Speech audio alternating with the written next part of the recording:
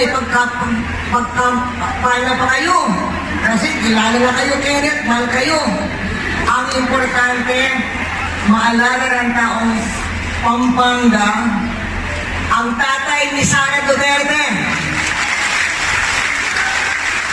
Kasi noong nangarang halalan, malaking landslide na nakuha ni Mayor Rodrigo Duterte sa labas ng kanyang baluarte, walang ibang probinsya ng Pampanga.